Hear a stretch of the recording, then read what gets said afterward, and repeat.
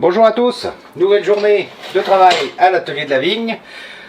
Alors on a, lors d'une précédente vidéo, démonté plusieurs moteurs de Solex. On était ensemble là, pour faire ça, et puis là, eh bien, on va remonter le troisième, puisqu'on a déjà fait, si je compte bien, un 3008.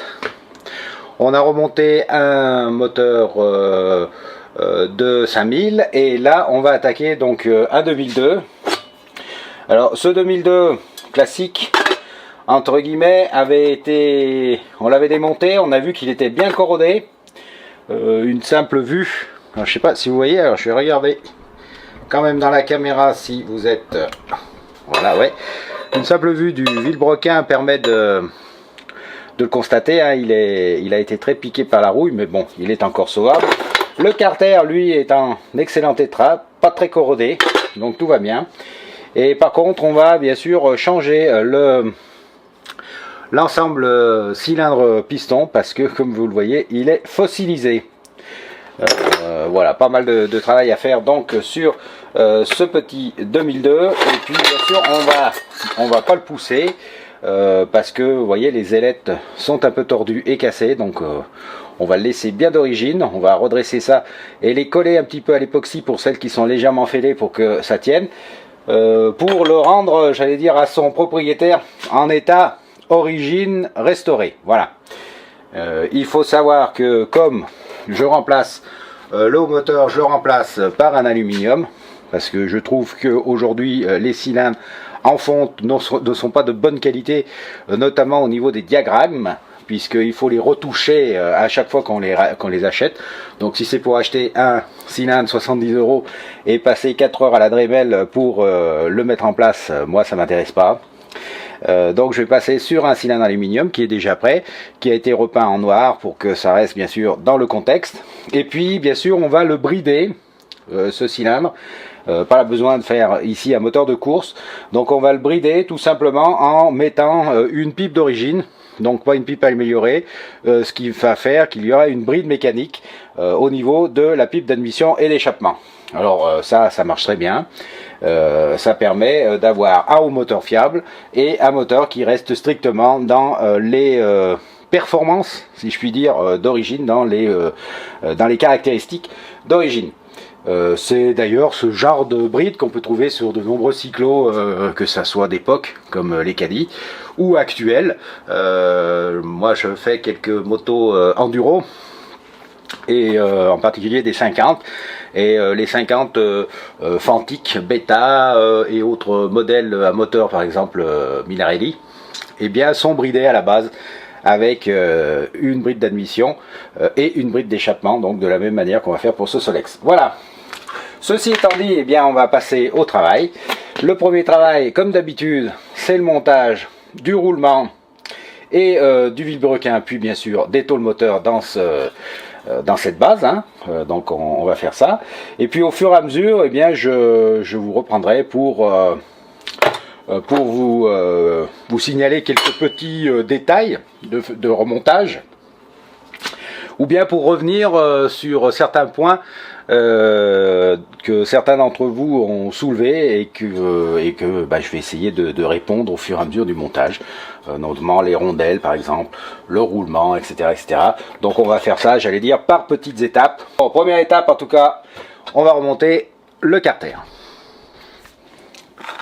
Alors en fait, la première chose à faire, ou que je fais en tout cas moi, avant de mettre le roulement, c'est de fermer cet ancien trou de graissage.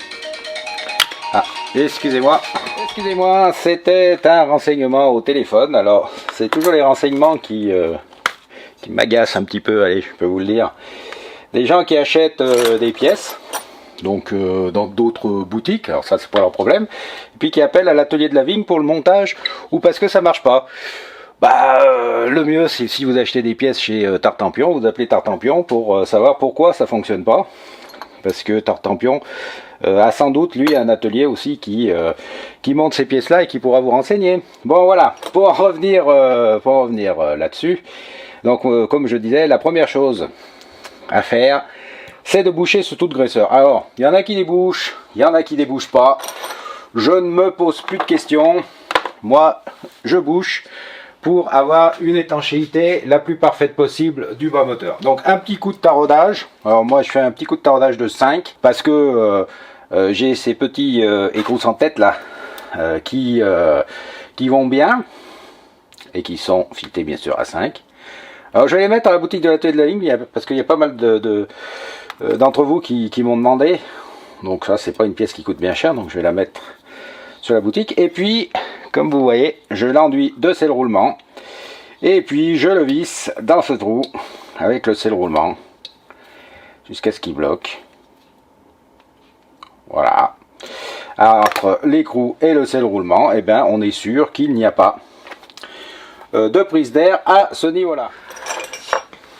Alors, on va remettre les rondelles. La première chose à faire, c'est de bien les nettoyer. Alors, on les nettoie, on les gratte, on les frotte, on fait ce qu'on veut, on enlève le plus possible la rouille, la cochonnerie. Mais surtout, on les remet, parce que c'est des rondelles donc de calage. Alors, en l'occurrence, vous m'avez souvent demandé, les rondelles, est-ce que je les mets, est-ce que je les mets pas? Oui, vous les remettez dans l'ordre et dans le nombre que vous avez trouvé quand vous avez démonté. En l'occurrence, en général, sur un moteur de 2002, ou type 2002 en tout cas, il y a 2 petites rondelles au fond. Ensuite il y a le roulement et par-dessus une grosse rondelle qui est matée là tout autour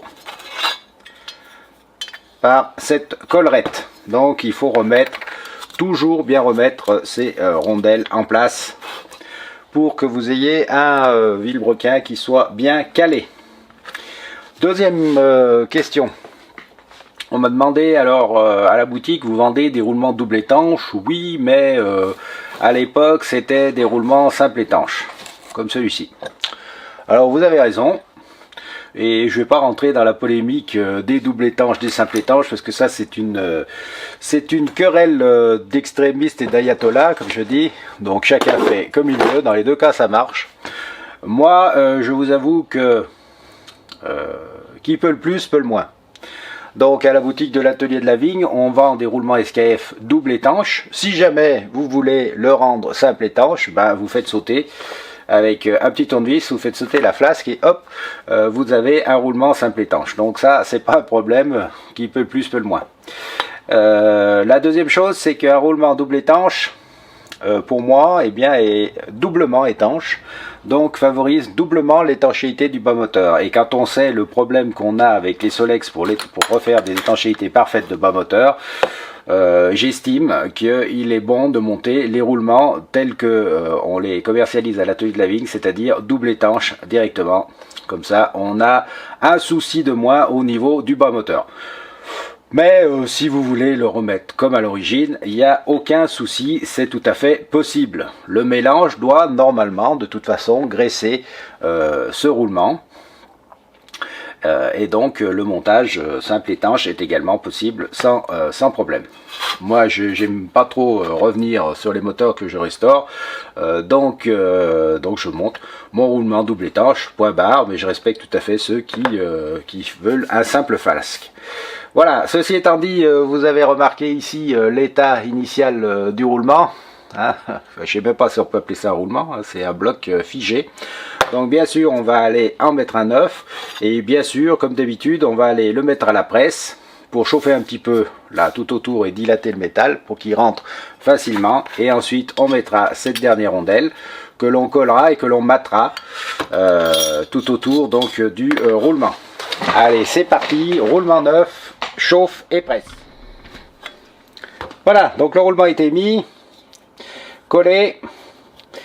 La rondelle supérieure a été également installée et matée à 5 coins contre 4 à l'origine, mais ça ira très bien comme ça.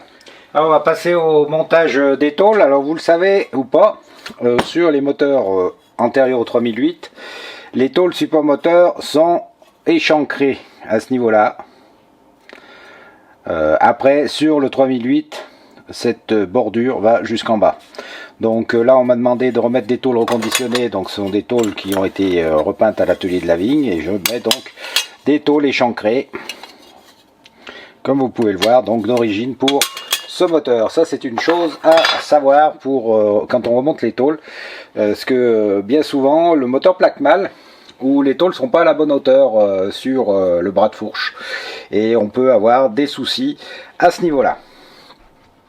Autre élément qui différencie les 2002 des 3008, ce sont les positions du support. Sur le 2002, elles sont beaucoup plus basses sur le 3008 et vous voyez que les petits arrêtoirs là de suspension moteur sont beaucoup plus courts sur les 3008 que sur les autres type 2002. Donc tout n'est pas interchangeable entre un moteur de 2002 et de 3008, même ces petites pièces là bien spécifiques. Maintenant que les tôles support moteur sont montées et graissées donc à la WD-40, on va passer au montage du petit pare-poussière qui est au fond là. Voilà. Et ce petit pare-poussière, eh bien, je vais vous répondre à quelques questions que vous m'avez posées dessus. Alors, bien souvent, on le voit pas. On voit pas que ce pare-poussière est composé d'un joint et comme vous le voyez d'une petite rondelle par-dessus. C'est tellement pourri et incrusté que on ne voit pas cette rondelle, mais elle y est, il faut bien l'enlever. Bien souvent quand vous récupérez le moteur, le pare-poussière a disparu, donc on arrive eh bien en fait à ça, et on croit que ça c'est le carter moteur, alors que c'est bien la rondelle, et il faut aller tripatouiller avec un petit tournevis ou une petite pointe pour pouvoir l'enlever, ça c'est certain, sinon vous ne pourrez pas remettre la nouvelle pièce en place. Une fois que vous savez ça, eh bien il n'y a rien de plus facile. Donc là ça a été enlever à la fois le joint pare-poussière et sa rondelle, et on va donc remettre une pièce neuve qui est composée donc du joint et puis de la rondelle bien sûr d'appui. Alors vous le voyez, la rondelle d'appui a été matée au départ. Alors c'est très difficile à refaire des matages comme ça, donc nous ce qu'on va faire, on va coller le joint avec du sel roulement, on va remettre un peu de sel roulement dessus et on va mettre la rondelle et puis on va essayer de la plaquer et de l'incruster le plus possible.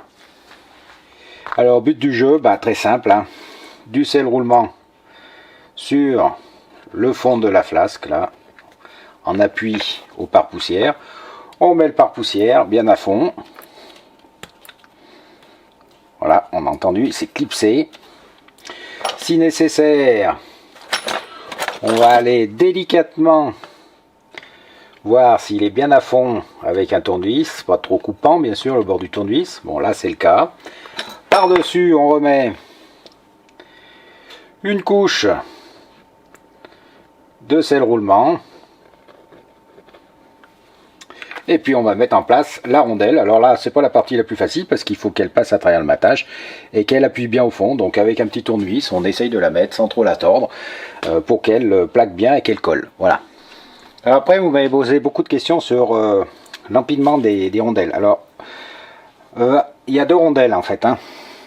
Si vous avez démonté votre vilebrequin, il y en a une longue et une courte. La courte va tout au fond ici et doit s'incruster dans le joint qu'on vient de monter, le joint pare-poussière. Donc vous mettez beaucoup d'huile, c'est pas la peine d'esquinter le joint. Et vous faites passer le mieux que possible cette rondelle là. Par-dessus cette rondelle, il va une petite, cette entretoise, pardon, il va une petite rondelle conique, voilà, qui protège en fait le joint pare-poussière. Donc on la nettoie, on la récupère bien sûr, on la nettoie et on l'installe. Et après on va tout doucement passer le vilebrequin.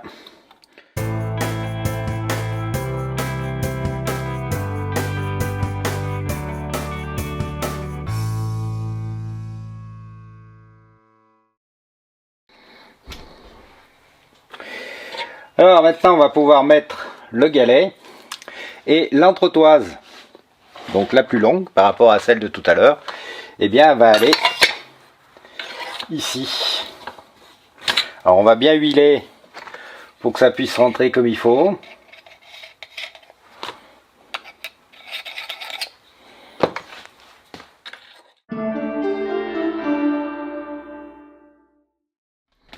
voilà, on reprend ici.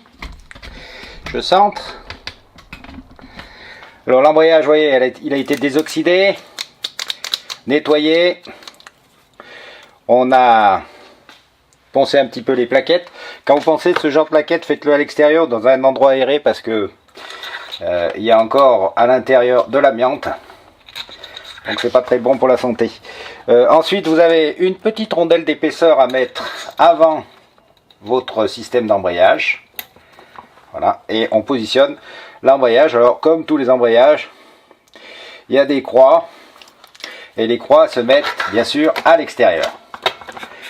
Voilà, c'est monté, donc pas de souci à ce niveau là. Maintenant il ne nous reste plus qu'à visser le système donc des moteurs type 2002, c'est-à-dire une rondelle frein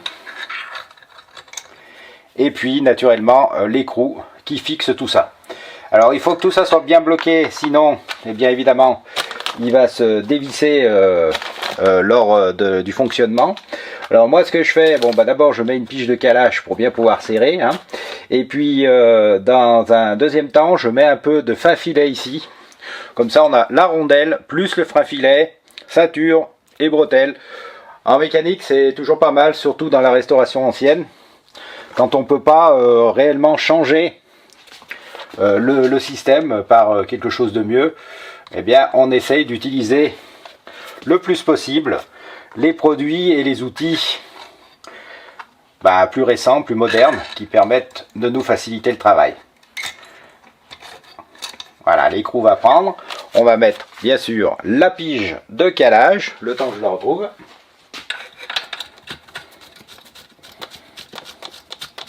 Et puis là, faut pas se poser de questions. Il faut pas te poser de questions, il faut serrer autant qu'on le peut.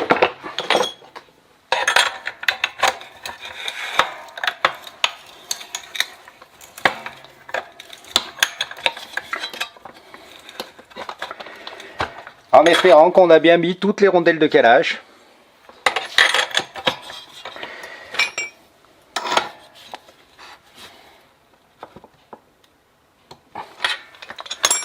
Voilà. Alors maintenant, eh bien, il faut souhaiter que tout soit bien mis en place, parce que c'est à ce moment-là, en général, que beaucoup d'entre vous, et moi aussi, hein, à nombreuses reprises, je suis obligé de les redémonter 2-3 fois, ces moteurs, vous inquiétez pas. Je suis pas sûr de comprendre. C'est pas uniquement vous qui avez fait des erreurs, c'est vraiment un empilage qui est assez délicat, et il faut vraiment que tout soit bien fait. Donc c'est à ce moment-là qu'on croise les doigts pour voir qu'une fois cet écrou bien serré, alors il faut bien le serrer. Certains me disent oui, mais quand je le desserre un peu, ça tourne convenablement. Oui, c'est sûr, mais si vous le desserrez un peu, eh ben, l'embrayage va se desserrer en roulant et vous n'aurez plus d'embrayage, le galet va tourner dans le vide. Donc il faut que ça soit bien serré et il faut que ça tourne quand c'est bien serré. Donc il faut bien faire cet empilage et après on regarde si le vilebrequin tourne. Voilà, là le vilebrequin tourne, ouf, l'empilage a été bien fait. On vérifie ensuite si le galet tourne. C'est le cas aussi, il tourne librement. Donc là, vous êtes sûr que votre bas moteur de type 2002 est bien monté. Alors j'ai remonté la platine avec l'outil qui va bien, qui est disponible, hein, bien sûr, à la boutique de la TV de la Vigne. Alors il est assez coûteux, mais bon, si vous faites plusieurs moteurs, ça vaut le coup. Comme je dis toujours aussi, si vous ne vous sentez pas pour remonter ces moteurs, n'hésitez pas à nous les envoyer. On vous les fera avec grand plaisir. Donc maintenant que la platine est en place, eh bien qu'est-ce qu'on va faire? On va tout simplement remettre les 3 boulons qui tiennent.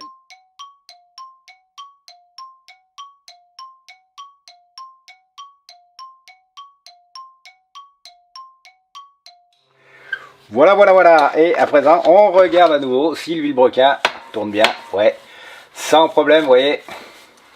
Et le galet, sans problème aussi, formidable.